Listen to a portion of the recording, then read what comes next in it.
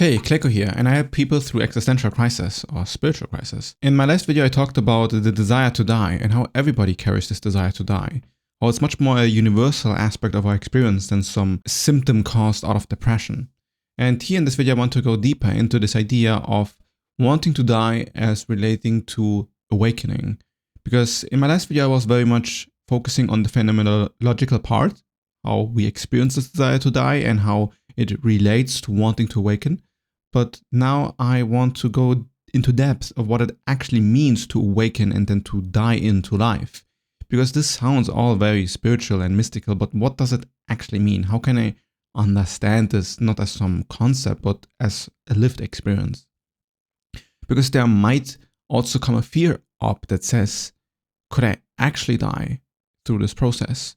Could there actually be something happening to me that is actually dangerous?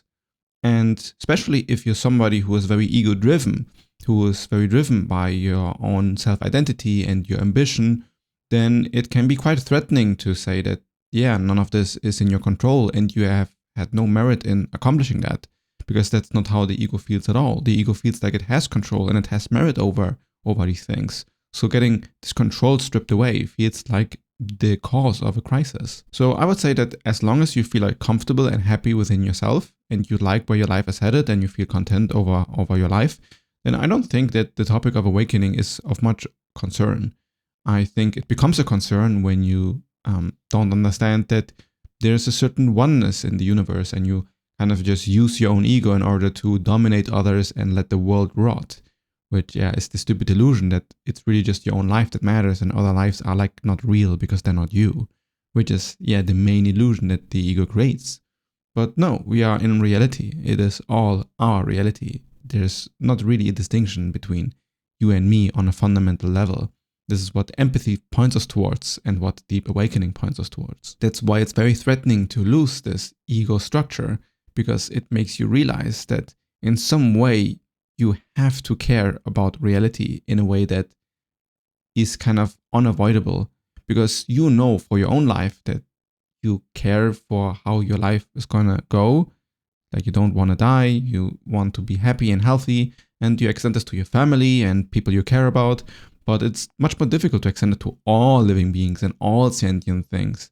And the moment you move towards awakening, well, the realization that you are kind of like everybody becomes very stark and shocking. But there's a lot of confusion that happens here, because what is it then really that has no self? Like, how are you supposed to dissolve into consciousness or awareness? Like, what does that even mean? And first, I like to ground things in some, let's call it pseudophysics. Because right now we don't have a good model of what consciousness looks like or how it behaves.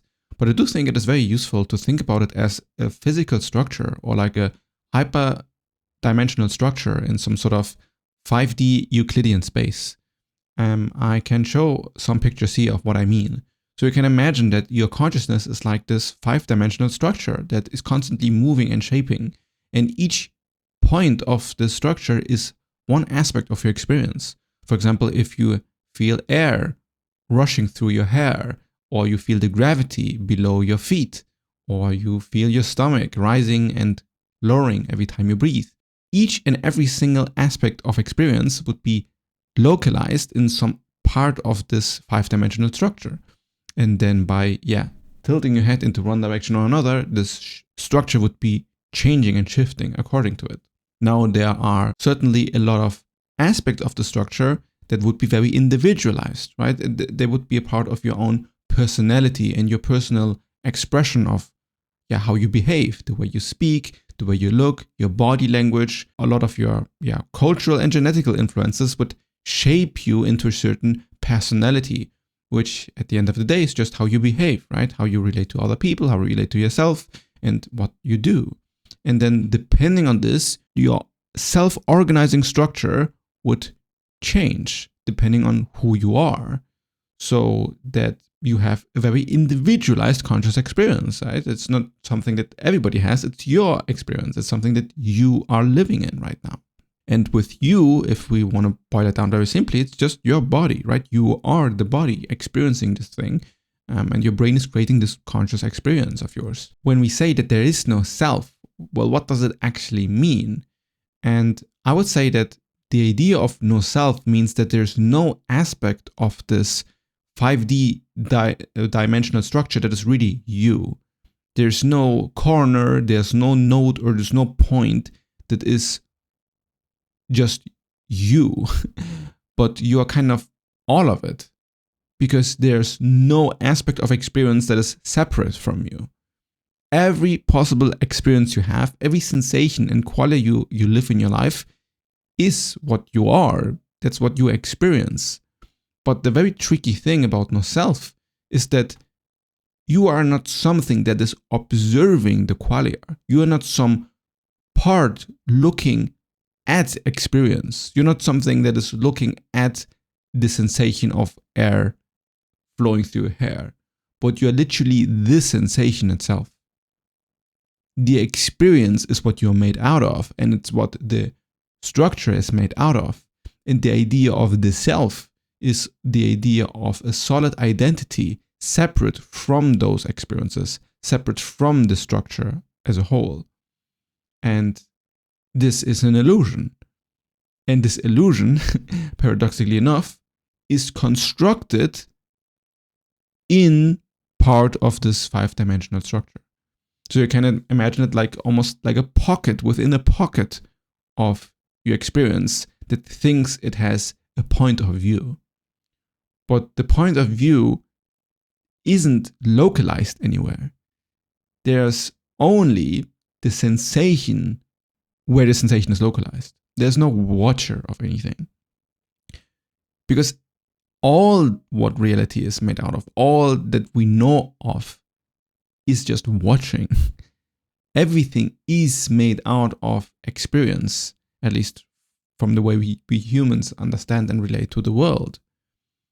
So when you realize no self, what you're merging into is into this entire structure of experience. So you dissolve whatever ego structure you had, and you become all of your sensations. And you don't really separate yourself from any experience. So you don't feel like your true self is hiding behind your eyes somewhere, or is whatever you think about, or is this story that you have narrated about your life. All of these are just kind of abstractions and memories. But what you really are is just very simply just experience. And no self is like dying and dissolving into this truth. It's you dissolving into consciousness, into experience, and you cannot really localize yourself anymore, because the identity structure that thought it had its individual point of view stops existing. And then you have this trippy feeling of merging into the present moment, merging into awareness or consciousness. And if you do this often enough over long periods of time, and you do this inner shadow work and psychological work, well, then there comes the point where there's no return anymore. You cannot construct the ego identity anymore in a way that you believe in it. Like, it just stops mattering as something that is more true than any other qualia in this field. And then also, comes as an extent of this entire idea is that it's not just you that have some internal reality model that is constructing your entire experience, but every being in this planet has this too, right? Every being is like this constant shifting and morphing qualia ball. And then when we interact with each other, we kind of bounce off each other, and we are creating new qualia through the influences and relationships that we form. And then we get attached to these relationships. We get attached to these patterns. If you're in a long-term relationship and you have spent your entire 3-5 years with this one person, it's almost like you are syncing with the other person. Like, both of your consciousness structures, like these shapes, kind of erode and harmonize so that you, feel well around each other or work around each other. But then there can also be conflict that stresses the structure, and suddenly things are not as harmonic anymore, because now one person wants something else, than what you want to do. And then there's conflict. And a part of the structure in a way has to die because it needs to adapt. And there comes this idea that we want to change another person, or we want to change ourselves because whatever we are is not good enough. And not good enough is always in relationship to somebody else or something else. Not good enough for my partner, not good enough for my parents, and then in return not good enough for society or myself. And then there's this constant monitoring that's happening, this identity structure that says that you need to be something else than what you are. And this then narrates the story of your life, it narrates the story of your failures, your regrets, your feelings, and tries to manipulate this. And this is the normal default configuration of everybody alive right now. And people don't really understand that there exists something like deeper awakening or self-realization, or God forbid, talk about enlightenment, where this structure disintegrates so much that it becomes completely harmonized. Like the ego structure disintegrates so much that all you have left is raw, pure experience. That's why the idea is that when you reach enlightenment, that you have direct contact towards reality, because you're not filtering it anymore from this weird, ego voice or ego filter that kind of distorts everything from your perception. Because then you don't really see other people. You just filter your own mind through other people and then kind of project outwards everything you don't like. And then you become very judgmental, very fearful, very anxious, or endless amounts of negative symptoms that then tend to happen. So this desire to die, I think, is an inner wisdom that points to the fact that there's something in your own structural consciousness that is not pleasant, that is just maintaining something that doesn't need to be maintained. And this is the crucial point. This ego structure within this five-dimensional space is not necessary. It is just an illusion propped up to give the feeling of control, but it actually is holding back sincere control.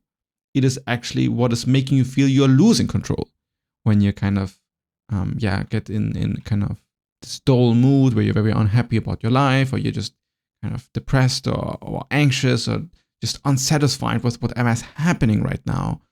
It is always this aspect that thinks something's not good enough. We need to shift or control or change the space somehow. And you don't.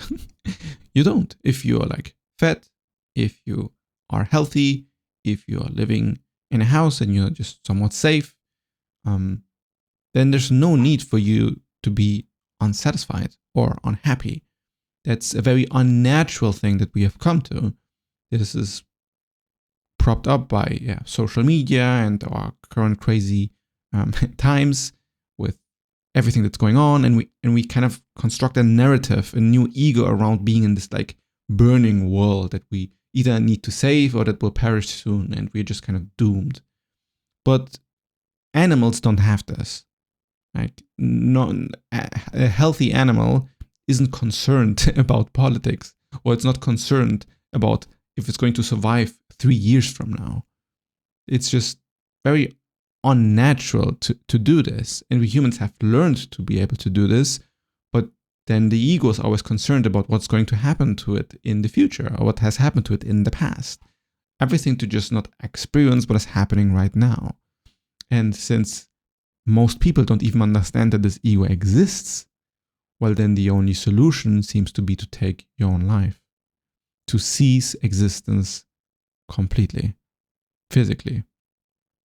And it's just a misunderstanding of what is actually happening, because we are kind of pathologizing most mental illnesses, and we don't understand how the psychological and the spiritual were always deeply interconnected. They were never that different. Even science and physics will also function in this framework. We just don't have the tools yet, because in a way we live in the dark ages of consciousness. So to look at your patterns and to realize what is ego and what is not is really the most intelligent thing you can do. Because it's not about controlling your egoic It's not about controlling your egoic reactions, but about noticing that this is what the ego is. It's whatever is making you want to react towards a feeling that wants to change your experience. Either how you're feeling about yourself, how others are perceiving you, how you are perceiving yourself, some story you have told about who you are or what you're supposed to be, some limiting belief about what you can and can't do. These are all narratives that are running in the mind and that kind of constrain it and just restrict its own freedom. And then also philosophy comes into play, where you have some certain idea about how the cosmos works and you're very convinced that there's no free will, for example.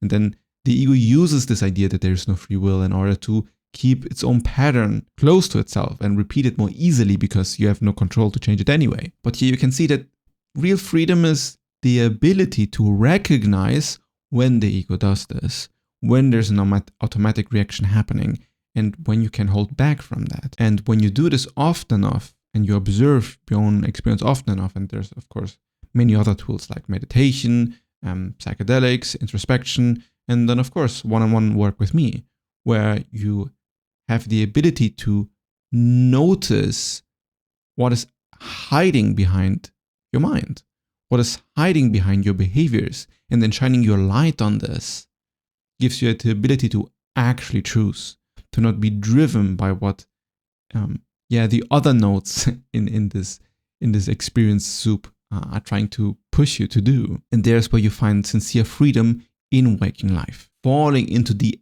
ever-changing nature of what this hyper-dimensional space is, what consciousness is. Because in a way, all you're doing in every moment of your life is dying. Because you're not a solid thing. You're just constantly shifting and changing. And when you do something different than what you're used to be doing, like when you try to get disciplined, for example, well, then it's painful and uncomfortable because this is what is trying to survive. It's an old pattern that has carved itself into the mind and is now saying, please don't let me die. Please grab the cigarette again. I want to smoke. And yeah, then saying no and having the ability to do so is what death is like. Just a psychological kind. And then when you do this for everything in your life, when you are able to just flow into whatever you want to do naturally, well, then you die into life. You die into experience and you don't have the need to hold back anymore or to make it into something that it is not. This dimensional space kind of becomes more harmonized. It has less conflicting parts. And as a result, you have less anxiety or you have no anxiety at all anymore. You stop your existential fear or your existential suffering and you start to live life from a place of authenticity because there's nothing fighting internally anymore because you eroded this illusionary structure that tries to kind of put friction where there doesn't need to be friction. So this desire to die is kind of like a misguided idea of how psychology works, because it kind of imagines that what is bad about life is the fact that you can't control it, when in actuality it is the fact that you have a virus in your mind that is trying to control what cannot be controlled. And this is causing this fatigue for life that is not necessary at all.